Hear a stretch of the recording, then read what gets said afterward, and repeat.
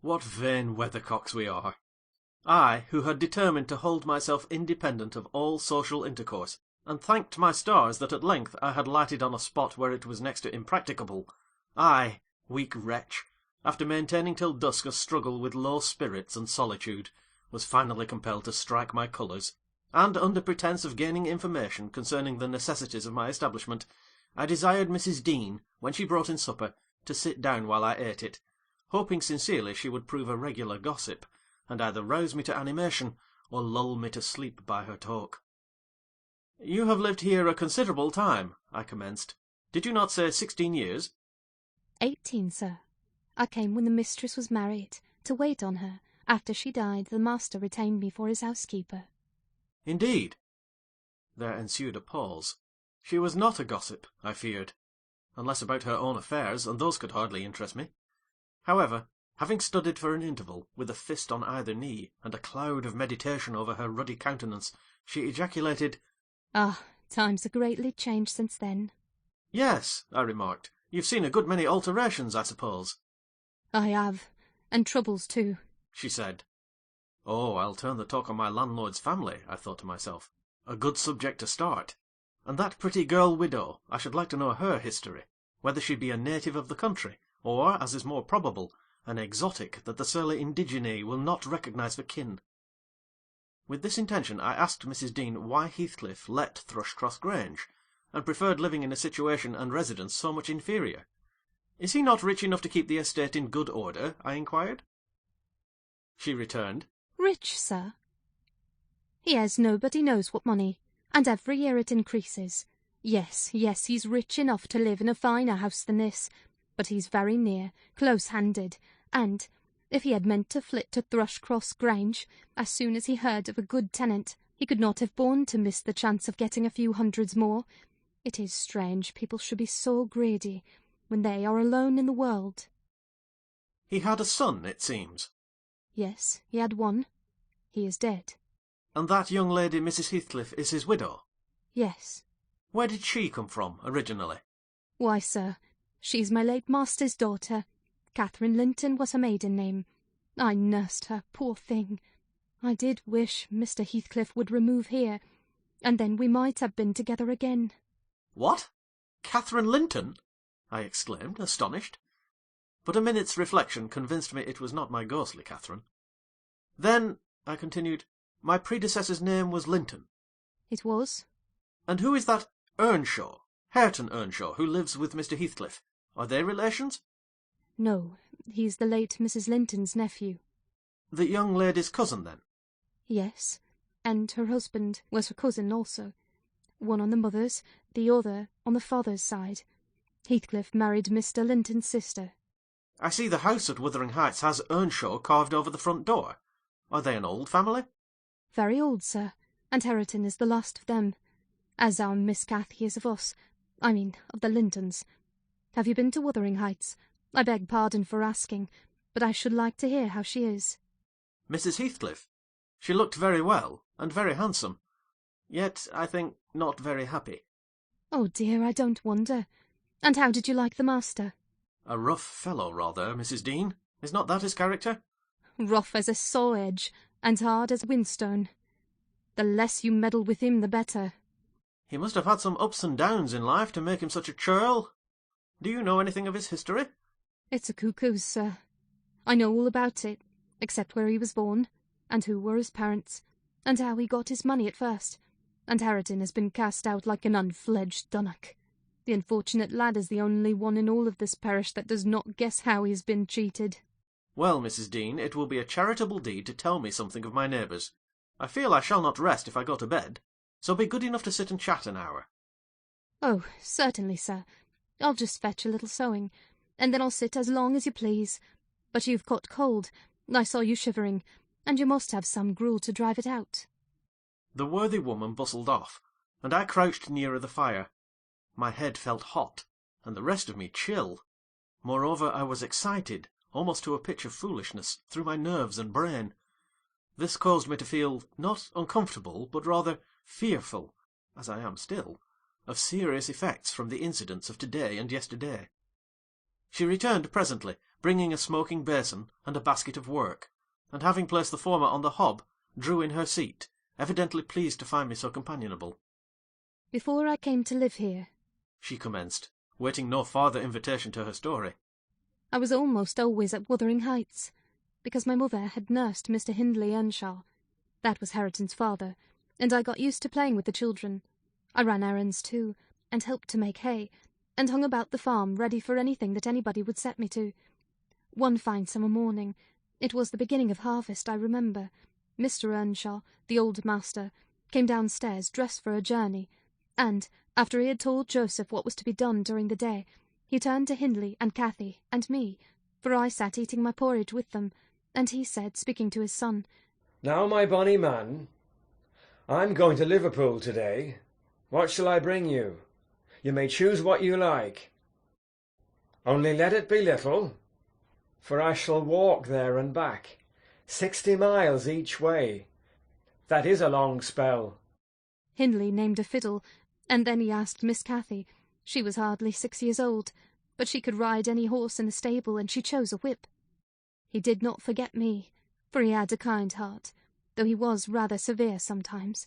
He promised to bring me a pocketful of apples and pears, and then he kissed his children, said good-bye, and set off. It seemed a long while to us all, the 3 days of his absence, and often did little Cathy ask when he would be home. Mrs. Earnshaw expected him by supper-time on the 3rd evening, and she put the meal off hour after hour. There were no signs of his coming, however, and at last the children got tired of running down to the gate to look. Then it grew dark. She would have had them to bed, but they begged sadly to be allowed to stay up, and just about 11 o'clock the door-latch was raised quietly, and in stepped the master. He threw himself into a chair, laughing and groaning, and bid them all stand off, for he was nearly killed. He would not have such another walk for the 3 kingdoms. "And at the end of it to be flighted to death," he said, opening his great-coat, which he held bundled up in his arms. "See here, wife, I was never so beaten with anything in my life, but you must e'en take it as a gift of God, though it's as dark almost as if it came from the devil." We crowded round, and over Miss Cathy's head I had a peep at a dirty, ragged, black-haired child, big enough both to walk and talk. Indeed, its face looked older than Catherine's, yet when it was set on its feet, it only stared round, and repeated over and over again some gibberish that nobody could understand. I was frightened, and Mrs. Earnshaw was ready to fling it out of doors. She did fly up, asking how he could fashion to bring that gipsy brat into the house, when they had their own bairns to feed and fend for, what he meant to do with it, and whether he were mad. The master tried to explain the matter, but he was really half dead with fatigue, and all that I could make out, amongst her scolding, was a tale of his seeing it starving and houseless, and as good as dumb, in the streets of Liverpool, where he picked it up and inquired for its owner. Not a soul knew to whom it belonged, he said, and his money and time being both limited, he thought it better to take it home with him at once than to run into vain expenses there, because he was determined he would not leave it as he found it. Well, the conclusion was that my mistress grumbled herself calm, and Mr. Earnshaw told me to wash it, and give it clean things, and let it sleep with the children. Hindley and Cathy contented themselves with looking and listening till peace was restored. Then both began searching the father's pockets for the presents he had promised them. The former was a boy of 14, but when he drew out what had been a fiddle, crushed to morsels in the great-coat, he blubbered aloud, and Cathy, when she learned the master had lost her whip in attending on the stranger, showed her humour by grinning and spitting at the stupid little thing, earning for her pains a sound blow from her father to teach her cleaner manners. They entirely refused to have it in bed with them, or even in their room, and I had no more sense, so I put it on the landing of the stairs, hoping it might be gone on the morrow. By chance, or else attracted by hearing his voice, it crept into Mr. Earnshaw's door, and there he found it on quitting his chamber. Inquiries were made as to how it got there. I was obliged to confess, and in recompense for my cowardice and inhumanity, was sent out of the house. This was Heathcliff's first introduction to the family. On coming back a few days afterwards, for I did not consider my banishment perpetual, I found they had christened him Heathcliff. It was the name of a son who died in childhood, and it has served him ever since, both for Christian and surname. Miss Cathy and he were now very thick, but Hindley hated him. And to say the truth, I did the same, and we plagued and went on with him shamefully, for I wasn't reasonable enough to feel my injustice, and the mistress never put in a word on his behalf when she saw him wronged. He seemed a sullen, patient child, hardened perhaps to ill-treatment. He would stand Hindley's blows without winking or shedding a tear, and my pinches moved him only to draw in a breath and open his eyes, as if he had hurt himself by accident and nobody was to blame. This endurance made old Earnshaw furious when he discovered his son persecuting the poor fatherless child, as he called him. He took to Heathcliff strangely, believing all he said. For that matter he said precious little, and generally the truth, and petting him up far above Cathy, who was too mischievous and wayward for a favourite. So, from the very beginning, he bred bad feeling in the house, and, at Mrs. Earnshaw's death, which happened in less than 2 years after, the young master had learned to regard his father as an oppressor rather than a friend, and Heathcliff as a usurper of his parents' affections and his privileges, and he grew bitter with brooding over these injuries. I sympathized a while, but when the children fell ill of the measles, and I had to tend to them, and take on me the cares of a woman at once, I changed my idea. Heathcliff was dangerously sick, and while he lay at the worst, he would have me constantly by his pillow.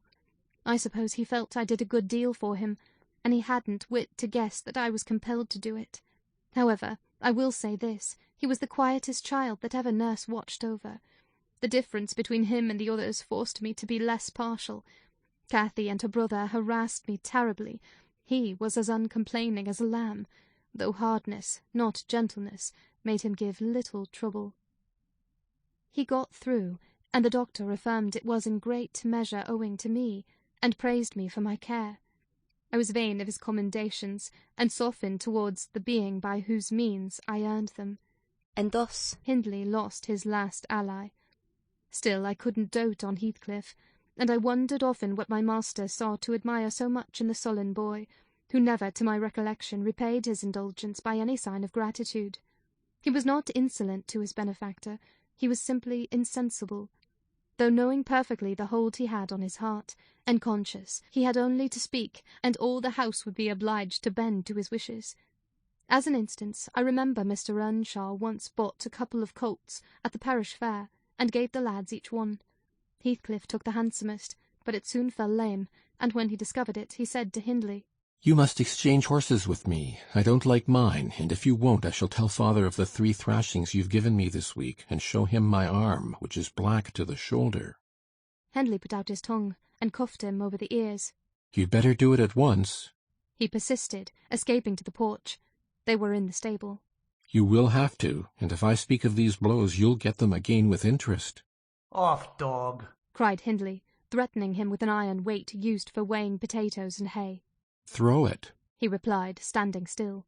"and then I'll tell how you boasted that you would turn me out of doors as soon as he died, and see whether he will not turn you out directly."